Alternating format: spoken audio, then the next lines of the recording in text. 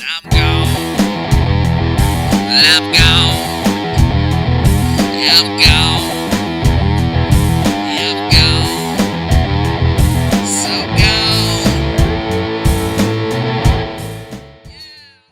All right, we're here at NRA annual meeting. I'm here with Kevin Dixie. I want him to explain what he does and what his business is, and I think it's kind of a very good cause. I'm hoping that he'll explain it to you, and you can make your judgment from there.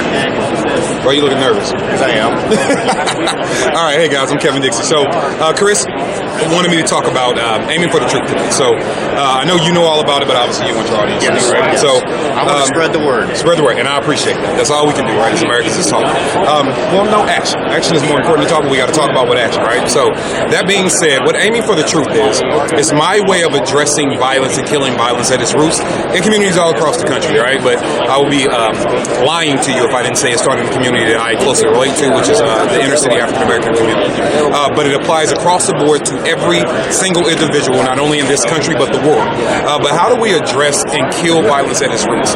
I believe that environmental conditions cause the societal ills that we have. I don't believe in blaming tools. I don't believe in blaming any inanimate object. It is the human being that is committing the action. So how can we fix the machine, the human, from committing the action with the tools they choose?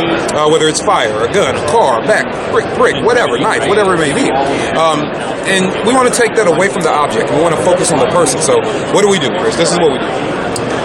We have a program that first addresses the operating system of the person, which is the brain, right? The brain controls everything, it's moving things around. So we're going to address mental illness and mental health, and how do we address mental health and do it the right way? And not just saying, oh, you're sick, go over there. You're not a part of this. No. It's no different than having a bad heart condition or cancer or something like that. It's an illness and a disease of the body, and if we can fight it and cure it, we should.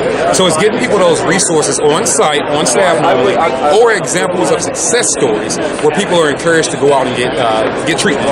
Right? So after we get your mind clear and we help you address your mind, then we want to talk about your family and how do we break that down. First, I believe in getting fathers back into the households of the children. So how do we do that, right? We're going to do that by encouraging you and giving you incentives and an education, right? Because most fathers that aren't in the household with the children, they're not there because nobody taught them how to be there, right? So sometimes you're too bashful as a man to say, what do I do? Like, what grown man wants to say, how do I get back involved with my kids, right?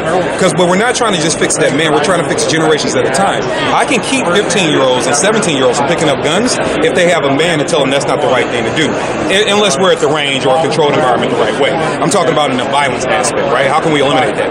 So we'll talk about that and getting fathers back into the household. I've been successful with getting roughly about 100 fathers back engaged in households, right? And that's not fixing the person only. It's fixing you. And then you got kids looking back saying, look at what grandpa did, right?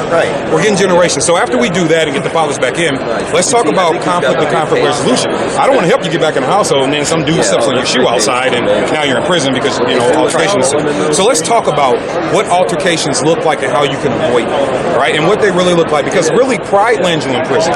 So how many people are letting their pride affect them and they're going out doing things they normally wouldn't do in a good sound conscious mind, right? So pride equals prison if you're not affecting it correctly. So how can we address it?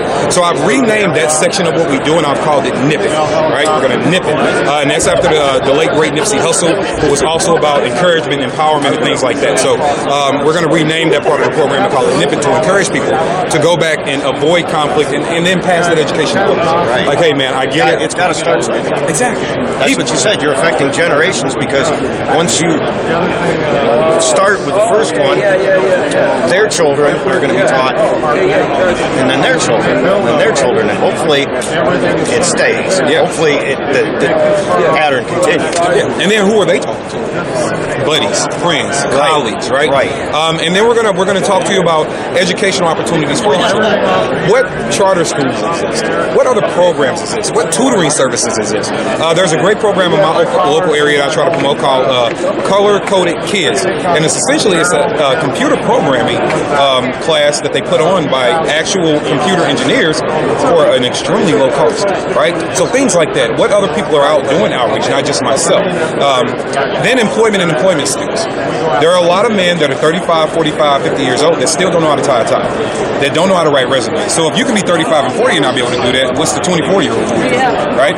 And once again, too prideful to say, hey, I need help, right? But we want to give you that. That way when you walk into that interview, you have the skills. You can get employment. You can get employment to take care of that family, right? Your mind's right, your family's taken care of, you're feeding them responsibly. Then you're not out doing things that are adverse to the life you now see. Right. So those are the things we go do. And the whole purpose is to help people, right? The positive consequences of that is now you'll start to see equity in yourself, in your life, in your values, right? Now, once you can see equity and we are fixing that machine, now we can address how do you defend and protect that equity. Right. Well, what you're saying is, yes, the equity that you're building into somebody is giving them confidence that they can do this, that they can be in control of their own life and handle what they have to do. Exactly. So yes, I mean, the next step, yes, they have to protect it now. Now, how do you responsibly do that? So I like to tell people, and now we kind of, and the event is not about guns, right? It's literally about, and protecting it is even dealing with not getting into a fist fight with this dummy because he cut you off in traffic and stuff like that. It's still part of the protection mindset. Having a good conscious mind, knowing how to avoid trouble. Look at the name of my firearms training business. No Other Choice, right? It's not no other choice as far as there are no other guys that can teach guns. I am pretty damn good, but it's not just that. I got to get on the range with you. Oh yeah, no doubt, man. I get you sped up. But not just that, because that's the cool stuff. We can banter back and forth about that, right? Who's the best instructor? All right, that's high school fun stuff. We have fun with that.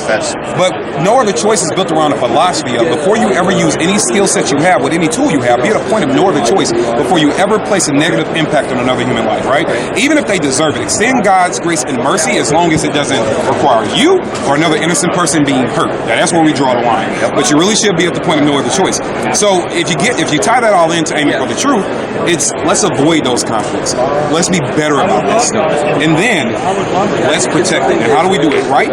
How do we do it responsible? And how do we integrate that into our lives where we understand that me protecting myself is protecting all the equity I see. It's more than just the tool. It's what the tool represents, right? And so then when we put guns into the hands of Americans and educate them, I don't sell people this. I don't have to. I am convincing you of who you are. You'll naturally go do whatever you need to do to defend them, right? So that's the way we impact Americans, and that's the way we get people to understanding. I'm here for you as a person, you as an individual, you as a father, you as a brother. I am here for you. And then when you get to protecting that, I'm just going to be an ally to show you how to do it responsibly. Sure, I'll introduce you to the cool toys and the things out there, tell you what I think about it, because it's a consumer effect. We want your dollars to be spent wisely and things like that. But that's how we get millions of people back engaged, because we get them engaged in themselves, not in the politics, not in all that crap. You've heard me say many times, I don't do politics. I care about we the people, right? And so that's what aiming for the truth is. That's who I am. And boom, what else you got? I'm gone. I'm gone.